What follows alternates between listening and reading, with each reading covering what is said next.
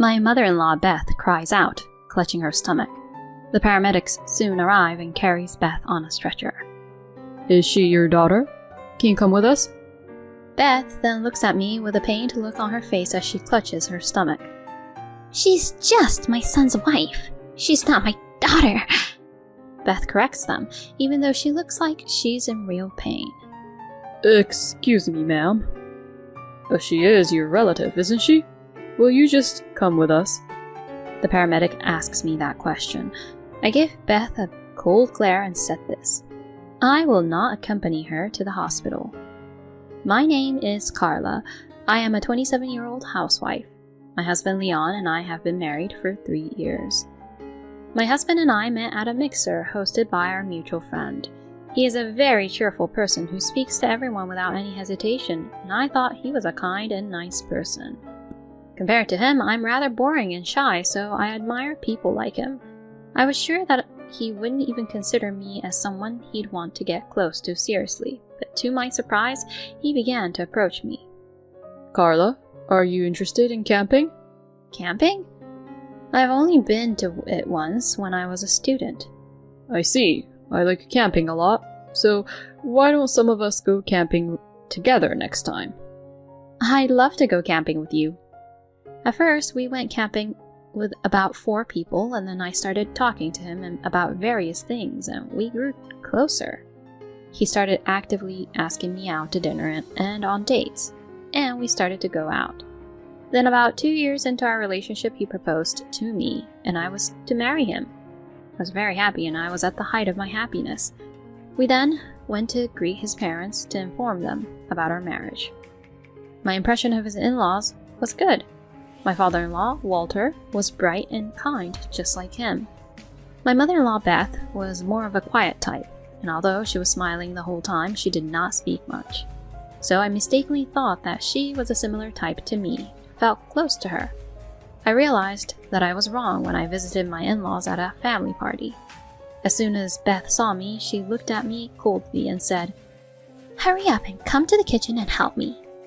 And when I went to the kitchen, she said harshly, "You're such a slowpoke. Can't you just get on with it?" And she would say harsh things to me. At first, I thought she was acting that way because she was busy. However, Beth was very strict to me and made me clean every nook and cranny of the house. She made me clean places that I thought no one would look at during the party. By the time the dinner party was over, I was exhausted. However, Beth gave me instructions on this and that without even thinking how I feel. "Hey, there is an empty glass. Go pour the beer." After giving me these orders, Beth would say something to our relatives to look down on me. "Please excuse Carla being a really uncaring wife. She grew up all spoiled and it's hard for me to teach her everything." Beth laughs hysterically as she says that. I was surprised that she not only insulted me but also casually insulted my parents. I glanced at my husband, who was drinking a lot of alcohol and making a lot of noise. He didn't seem to care about me at all, which made me feel lonely. That's how Beth was at our first party at my parents-in-law's house. She was not at all like me. She was not at all as quiet as she had been when we greeted each other in marriage. Perhaps she was trying to determine what kind of woman I was at that time.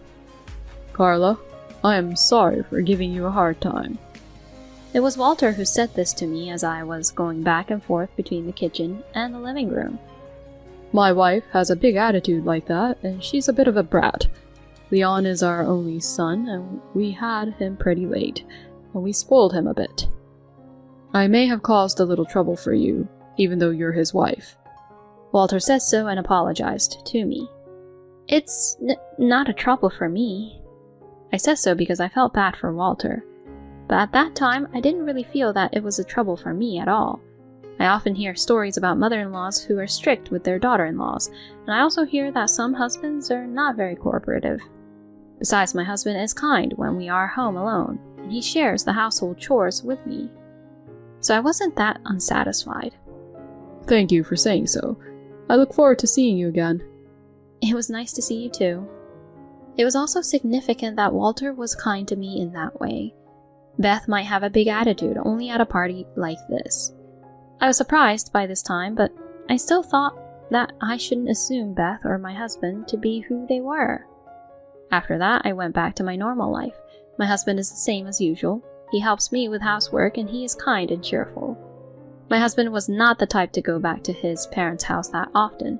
He would return back to his parents at Thanksgiving's, Christmas, or New Year's.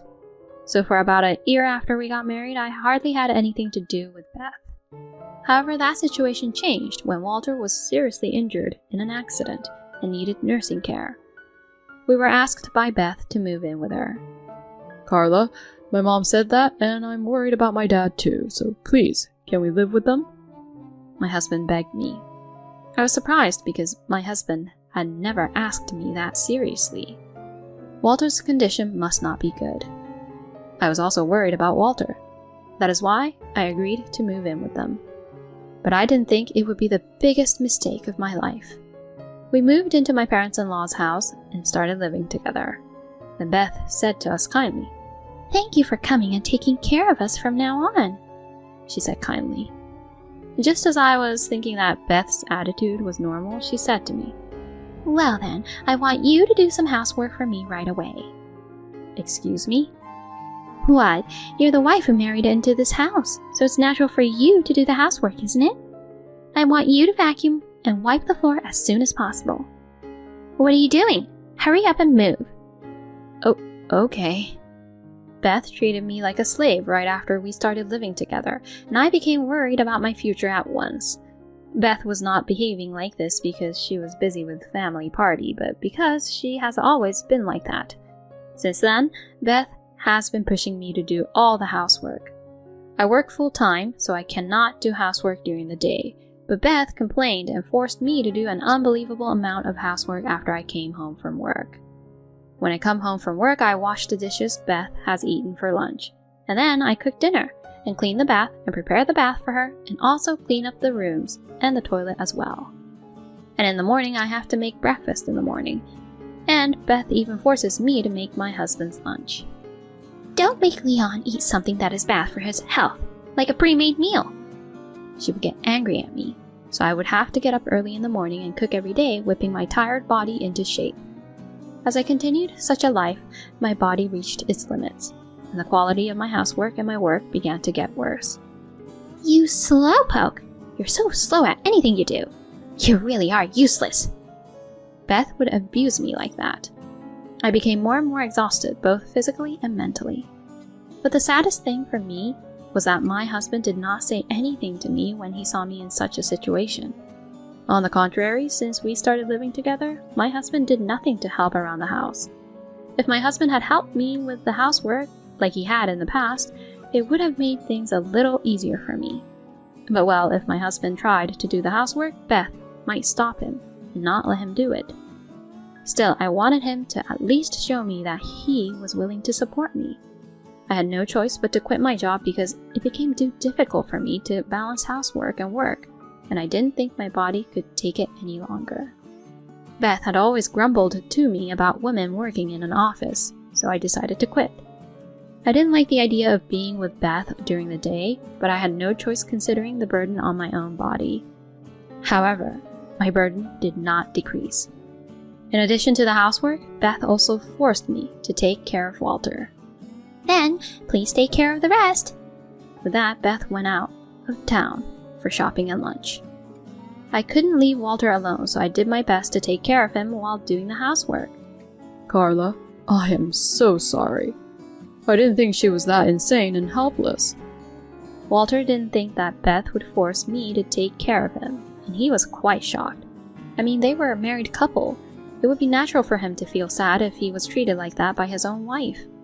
I felt sorry for Walter, so I tried to talk to him a lot while I was caring for him. He told me many stories about his past, memories of Beth, and my husband's childhood. I enjoyed talking with Walter very much, and it was the most relaxing time for me because I was busy with housework. The rest of the time was really tough. Beth still picks on me and my husband is indifferent. Once I talked to my husband about Beth, he said, "I'm tired from work," and he never listened to me.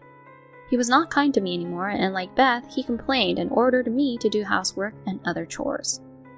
I was considering divorce, but I had already quit my job and my parents live in a rural area, so I could not go home easily. Therefore, I could not take the decision to divorce. A year passed after I spent those difficult days. Walter was getting weaker and weaker, and he no longer had the strength to continue to live any longer. In contrast, Beth and my husband became more and more demanding, and I just had enough. Then one day, Walter said to me, Carla, thank you for everything. You have worked hard enough. You should live your own life now. What does that mean? Leave Leon and leave this house. Huh? You are still young. You shouldn't waste your life in a place like this. But I don't have the strength to live on my own. Leave that to me. Huh? Take the key to this house and leave. This is... I bought the apartment for you, Carla. What? Thank you for taking care of me until now. I'm thanking you for that. Oh, no, I can't accept it. If this continues, Carla, you'll suffer even more. Please, let me thank you. I just want to make sure I don't have any regrets, so please, let me just thank you. Walter. I decided to accept Walter's token of gratitude, and I proceeded to carefully prepare for the move. I set my belongings little by little so that Beth and my husband would not realize as much as possible. It took a long time, but I was almost ready to complete the move. That was when it happened. On Saturday morning, Beth suddenly started having a very painful stomachache. She had gone out for drinks with her friends the day before, and she had eaten a lot of raw oysters. That must be why she was having that stomachache. Beth cowered down with her stomach in her hands. Then my husband started getting ready to go out. I thought he was going to take her to the hospital, but he was looking kind of funny. Then my husband took his large suitcase and said this to me. Well, I'm off to go camping, so take care of Mom and Dad. I was truly dumbfounded. His own mother was suffering like this, and yet he'd rather go out camping. But I felt it was too much trouble to get angry at my husband, so I said nothing and sent him off. Meanwhile, Beth was on the floor screaming, "Call an ambulance!" I had no choice but to call an ambulance for her. The paramedics soon arrived and carried Beth on a stretcher. Is she your daughter? Will you come with us? Beth then looks at me, holding her stomach and looking distressed. She's just my daughter-in-law. She's not my daughter. Beth corrects them, even though she seems to be in pain. Oh, I apologize, but you are her relative, right? Can you come with us? The paramedic asked. I gave Beth a cold stare and said, I will not accompany her to the hospital. It's been really hard for me because she has been bullying me a lot and even forced me to take care of Walter all on my own. I will be leaving home now and getting a divorce, so I am a stranger to her now. When I said this, Beth said, No way, and was speechless. I didn't care. I went to my room and started packing the rest of my stuff. The paramedics awkwardly carried Beth out. After I finished packing my things, I went to Walter's room. Walter, thank you so much for your help. That's my line. Thank you so much. Be happy. Walter waved at me with those final words. I waved back, left Walter's room, and left my parents-in-law's house. Since a few days ago, I had actually called for a care helper when Beth was not around, and the helper will be here today to take care of Walter, so I could move into my new apartment in peace. The apartment Walter bought for me is quite beautiful and spacious, which surprised me. This probably cost $300,000. By the time the move was completed, the process of changing the name to mine had been completed, so the condo was mine now. All that remained was to find a job and make a living on my own. A few hours later, my husband called me all panicked. Hey, why did you accompany Mom to the hospital? Mom was so angry. Because there's no obligation for me to accompany her when I'm going to be a stranger, right? Huh? I'm divorcing you. I left the divorce papers on the table. Oh no. Why? Why? We're really done for if you don't understand that. You've been indifferent to Beth's constant abuse towards me, and to top it off, you've started to use me just like how Beth did. How can I possibly want to be with someone like that forever? But even if you get divorced, you have nowhere to go. Unfortunately, I have a house that Walter gave me. Huh? He gave me a condo. What? Well, since that's the way it's going to be, you'll have to communicate through my lawyer now. Oh, hey! I said that and hung up the phone. Apparently, my husband and Beth made a huge deal about it after that, but Walter just ignored them. Walter called a lawyer and divorced Beth in the end as well. He then kicked my husband and Beth out of the house, sold the family home, and placed himself in a nursing care home. Beth and my husband lost their house, and since I had also filed a claim for alimony due to abuse and moral harassment, they are now in debt and currently living in poverty. On the other hand, I was able to find a new job, and now I am living comfortably in the house Walter gave me. From now on, I will live a peaceful life while searching for what I want to do. Why would you want to pick on your own daughter-in-law? I really don't understand it. But still, I'm glad Carla went through with taking care of Walter. I'm surprised that she was able to get a condo as a gift. I hope she'll find a wonderful man this time and be happy. Thanks for watching until the end. If you enjoyed the video, please subscribe to our channel. See you in our next video.